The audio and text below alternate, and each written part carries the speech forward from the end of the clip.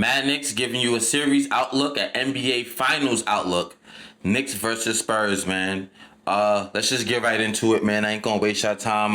I'm just gonna one take Jake this. Just a few little tidbits, little, questions that, concerns you might have about this upcoming series, what to look out for. Tactically, how I think we should go about winning this series. Just a whole bunch of things. What the Spurs can counter against us. Little things I saw. That's little kinks I saw in the Spurs' armor. And, just talking generally about what I think about this series and really last series for both teams that can translate or possibly, hopefully, don't translate to the next series. So let's just get right into it. I ain't gonna waste your time. So we've been not playing. It's gonna be 7, 8, 9 days total, 9 days total, give or take, because we finished Monday. So some rest time, man. Some rest time. We already know about Mitchell Robinson's pinky. First, we thought it was OG's hamstring, and maybe we needed a rest for that. And of course, the little nagging injuries. Josh with the hand. Little things. You saw Jalen touching his stomach like as if something with his core, his ab. Just anything for anybody if they need a rest. Hey, this 8 days will supply that. Then comes out that Mitchell Robinson has a pinky injury that he needs surgery for, even though he's still thinking about playing. He's still going to want to play. It's a broken finger. It sounds crazy. We all had baby heart attacks. It was like, oh my God. I put a video out on my Mad Knicks short channel. It was very disappointing, but he ended up getting surgery, and he's pushing to play. There's the Twitter doctors out there talking about it takes 15 days. I saw other Twitter doctors, fake doctors, media doctors talking about it could take 50-something days. Hey, we'll see, man. Mike Brown just at a press conference today. He's saying he stays away from the whole Mitch thing. He doesn't know anything until medical tells him otherwise. Hey, we're just going to wait and see, especially now that we know we're playing the Spurs. Everybody has been anything but relaxed, man, these past 8 days. So, hey, man, it's just how the Knicks roll, man. That's how we give it up. So, now that we know that we're playing the Spurs, and then through that whole series, obviously that series went to 7 games. There were certain things in that 7-game series, man, that was very interesting, man. A lot of people had the Thunder winning it coming into that series. Could have been either way. Pertaining to the Knicks, it didn't really matter. I felt like we could beat both teams, to be honest with you. Both teams pose different threats. So that's just pretty much what you get. But as far as a better outcome, I mean, they both were going to give us some sort of issues. You know what I mean? So it really didn't really matter too much for me. But the Spurs, look, man, game 1, they stole game 1. OKC comes back and win 2 more games. Then the Spurs win 1. Then it's win 1, win 1. Win 1, then they lose 1. And then the Spurs go off to win 2 straight. 1 away, 1 at home, and then 1 game 7 at their home. And, people like to pinpoint it towards, OKC being hurt. And I'm getting to why this is all relevant to the Knicks. And I just think that the Spurs were bigger, just as quicker, just as athletic, but bigger, stronger team than OKC. And the problem that OKC has is that they are all a bunch of smaller built guys. They are. They're all, sorry to say, frail. They are. Even Shea. Shea is frail. He's frail, and there's plenty moments when you're seeing Ron Harper Jr. or when you're seeing Stephon Castle just run through them. I mean, there's times they're being run through by Chet Holmgren. There's times they're being dunking on Hartenstein and etc. And I think where that's different for us is that we're bigger, faster, just as strong, if not stronger than they are. So they're not going to be able to bully the Knicks the way they got to bully OKC. 2, the conversation about Shea Gilgeous-Alexander and Jalen Brunson. They gave Shea fits. I mean, last game Shea did show up. You know what I mean? He kind of died on his armor, if you will. But the first 6 games, the field goal percentage wasn't there. He's 6 for 18, and he's missing shots that he probably would make because, that's Shea's game. He predicates himself on tough shots. But if they don't fall because they're tough shots, I mean, that's just not a good shot diet that you want to live on. Like, that's just not, you don't want to have win or lose series off of those kind of shots. You got to get better, easier looks for you and everybody. It's not sustainable for the long term. But that's his game. And when he's making it, Shea for president. But when he's not, you kind of like, So, and we have seen plenty of players like that in the past throughout these years of NBA basketball. There's been many players like that who predicate their game off of tough shots. And why the Spurs were able to key on him, Shea is not a dynamic scorer, man. What does Shea want to do? Just like every right-hander wants to do. On the left side of the court, the classic Shea push off to a step back, extended or light extended, and then gets the shot off, whether it's a hard contest or a not hard contest. And then here and there, he'll make a drive. That's pretty much it. The three-point shot has never really been there, not to my liking. He'll make it a three here and there, not really been there consistently. He doesn't post up. He doesn't have his back to the basket. He's not that much of a high flyer. The playmaking is okay on a really good day, but most other times, non-existent. Shea gets you 2 assists a game and 3 assists a game. He might pull out a game where he gets you a lot, but a lot more times not so much. He doesn't rebound well for his position, and he doesn't defend well for his position. But that's getting into other things. Just the offense, not dynamic enough, man. Not versatile enough offensively. So they were able to key in on him and lock in on what it is that he only does. Jalen Brunson doesn't have that problem. Jalen Brunson is a legit 3-level scorer. 3-point shooting, midi, back to the basket, floaters, layups. Like, you don't have that issue with Jalen. And the playmaking with Jalen, a lot more than Shea. Now, of course, they're ditto when it comes to the rebound and the defense. But Jalen is a lot more dynamic, man. And I think the Spurs were able to key in on Shea. So that's why I don't think they're alike at all, man. So, those are some of the key things that I kind of seen in that last series pertaining to this series. And among other things, but I just don't agree with the narrative that they have out there for this Knicks team pertaining with the Spurs. Wemby stops the paint points. He's just camping in the paint. That's just pretty much what it was. And what OKC had to do to counter that was to put in Caruso. I mean, Hartenstein did an okay enough job banging him. The problem with Hartenstein, even though those floaters was going crazy, he's not an offensive threat. So for the most part, you're playing 4-on-5. And the Knicks don't have that issue. Cat can bang with Wemby just as much as Hartenstein did. But Cat can hit some threes. He can stretch the floor. Legit 5-out offense when Cat is in there. So we're entirely different in that regard. And I think it's going to be important to not allow Wemby to just camp out in the paint.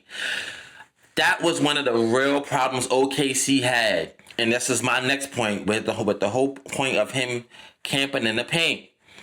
Transition. Very important. There were way too many plays where OKC is coming down and they're just dribbling the ball down casually and trying to get into their half-court offense. Well, Wemby gets to go in the paint and he gets to camp in there now. You have to get to the basket before they even get settled, because once that happens, their defense is not stout, but his defense is stout. And Wemby is that kind of anomaly to where he can either guard the paint, and even if you have a 3-point shooter out there, he's long and fast enough to still go from right under the basket to a decent enough contest to the 3-point shot. So it's not like he's in the paint, I get a wide open 3 now. Not necessarily. Like, he can make up that kind of ground. So transition points is going to be very important, because if you allow him to just camp out in the paint all day, you're going to have a problem. I think it's going to be important to get him not comfortable with just being able to camp out. And the only way you're going to be able to do that, of course, is the 3-point shot. I think that's going to work as well. But also, transition, run. We're going to have to make this a track meet. And we have the personnel to do everything. We have the personnel to do all of that. But I think that's going to be very important not to allow him to get set, man. The matchup is favorable. But in some level, of course, it's favorable. I think it would have been favorable for OKC as well. That's just my opinion. They do have some deficiencies in, They don't make it the 3-point shot at a really good clip. Game 7 was an anomaly. Everybody was making in threes. Keldon Johnson making some threes. Derek Harper Jr. had a couple step-back threes. Castle. Vassell is a pretty good 3-point shooter. He kind of plateaued a little bit, but a pretty good 3-point shooter. And Wemby could hit in a shot as well. So they don't make in a ton of threes. They don't really shoot a ton of threes, but they don't make in a ton of threes. So that works out in our favor. They turn over the ball. They are turnover prone. They're a younger team. They're a younger team and they show it. They have rookies. There's certain plays. They do silly passes, or there are times they're trying to advance the ball and they don't need to. And there are times when they're not pushing the ball when they need to. They do silliness sometimes, man, and so we can capitalize on some of these things. But the one thing that they do have that you have to consider is they have Wemby, have a 7'5" guy who could shoot threes, dribble, rebound, and block shots, and move well. So that's the little thing where it's kind of like, all right, well, around the margins, we kind of got a heads up, and you looking at the numbers, we kind of got a heads up on them, but the Wemby factor, man. And I think in order to shake loose the Wemby factor, and I trust this coaching staff, I trust the players to be cerebral enough and to be a little more forward thinking enough to figure out a way to problem solve all of that. But I think the two things that we're going to have to really key on to neutralize that, because sometimes Wemby does neutralize himself. Sometimes he gets 3-point shot happy and he's missing and he shoots them out the game, or he gets a little too passive, and you know what I mean? But we're not going to even count that as a variable. We're going to just dismiss that and go, they're doing everything right. What can we do to counter that so that we could win this series?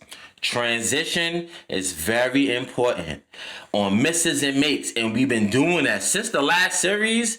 We was running on misses and makes in that Cleveland series. We're gonna have to continue that. Mikal Bridges, be the gazelle you want to be. OG, run out. Josh, if you got somebody on their back foot, run out, etc. You know what I mean? Jalen has been having the boosters on lately. Run out. We're going to need that. Jose, if you're in the game, run out. You know what I mean? So I think that's going to be important. I think the 3-point shot is going to be important. The 3-point shot, hitting in that shot, if it is a Josh shot, because it's going to be Wemby on Josh, Josh can't be afraid to shoot him. Can't be afraid to make him just as well, man. So I think that's going to be important as well. Transition, the 3-point shot to get Wemby out of there, man. And, Mitch Johnson does something crazy and puts Wemby on Cat, then that opens up the passing lanes for Cap to go back to being that hub he was. And then maybe we do get some open dunks off of those flex actions. But more than likely, he knows the numbers. He's seeing what everybody else see. The numbers say, put Wemby on Josh, allow Wemby to camp out. And if that's the staple, we got to run on them, man. They have some ball players, man. They got some ball players. Castle's a ball player. Harper's a ball player. It's a young team. And they're not fearful, obviously. They just beat the defending champs. You know what I mean? But there are a lot of things that we do have that make it a perfect matchup for us to win this series, man. You know what I mean? I'm hoping Mitch is good. I think Mitch is good. I'm going to believe what they're saying. We need Mitch. If Cat is guarding Wemby, and I think they're going to really try to rotate it as much as they can. Not too much OG on Wemby, but OG's going to guard Wemby sometimes. He's going to guard Wemby sometimes. But Cat is sturdy enough to guard Wemby somewhat, man. He can do the things that Hartenstein was doing, adding on the fact that Cat can hit a 3-point shot and can score. So I don't hate the Cat matchup on Wemby, but you're going to have some Mitch on there because Cat gets in foul trouble, man. So you're gonna need a Mitch, and in that cup game, the reason why we won that game. Now, Wemby was on a minutes restriction during that game, but Mitch, man, he was bored in that game. He was, Mitch is 7'1". So I can understand Wemby is taller, but it's not that much taller. So hopefully Mitch is good. We're gonna need him in this series. We're gonna need our bench. We could talk X's and O's all we want. Our bench is going to have to show up. Shamit has been doing the damn thing, and I'm mentioning the defense. Cool. Deuce, where are you at, brother? Jordan Clarkson, where are you at, brother? Jose, where are you at, brother? So we're going to have to bring it, man. They're going to put Castle on Jalen. I'm not too worried about it. Again, I think Castle was able to guard Shea. Shea is just not that dynamic of a scorer. He can make tough shots, and he's great at that. He's really good at that. But he doesn't have an array of moves and, counters. It's just, and, that's kind of the problem with Shea, man, if you will. It's too good that it's too easy for him to just do these step back on the left wing, step back, push off jump shots, tough jump shots, because he makes a lot of them in. And he's just kind of got stuck in that. You know what I mean? Like, he's never developed anything else. He still came to young guy, but he's never developed anything else in his game, man. Jalen has a lot more of a repertoire offensively than Shea does. I'm going to throw a lot at Jalen.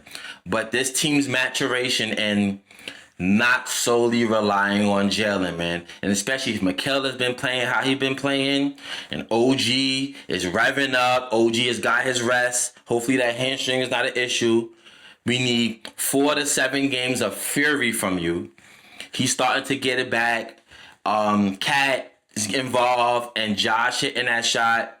I think we'll be all right, man. I think we'll be all right. We just got to bring it. I have to see game 1 and how they're going to really play all of this and what they're going to do. Really and truly, it might take till game 2. That's what happened in the Cleveland series. The game 1, I thought I was going to get information. I got nothing. It wasn't until game 2 to when it was like, okay. Both teams figured each other out on some level. Really, the Knicks figured out Cleveland more so than otherwise. So, it's going to be interesting to see, man. It's going to be very, very interesting to see what their game plan is guarding the Knicks. How are they going to guard Jalen? How are they going to guard the Cat Hub? That's going to be interesting to see, man. And then we're going to see how it is that we're going to pull Wemby from just camping out in the paint, man. Because that was they was deterring OKC all night with that. OKC didn't want to step foot in the paint. We're gonna have a tough time getting points in the paint, man. The fadeaway shot from Mikal that he loved. Everybody shoots twos, really. OG has been doing it. Mikal, Jalen has been doing it. Josh likes that. Pull up under the free throw line shot. That might get taken away, man, if y'all allowing him to camp in there, man. So we got to see what they're going to do to bring him out, man. Game 1, man. Finals. We're here, man. The city is buzzing. Little bit of everything. Some Knicks fans part anxious, ready to get this on. We've been sitting around. I'm watching old highlights of the Knicks because I haven't watched basketball in almost, it's about to be a week. So it's going to be really good and refreshing to finally get some basketball and conclude the season. But I think we have what it takes, man. We got what it takes. We just got to bring it, formulate a really good game plan, and keep in those key points and those things that I said. If we can iron those things out, I think we'll be all right, man. So Mad Knicks here, man. Like, comment, subscribe. Subscribe to my Mad Knicks short channel. Follow me on @KMalls_. And we up out of here, man. Let's go Knicks.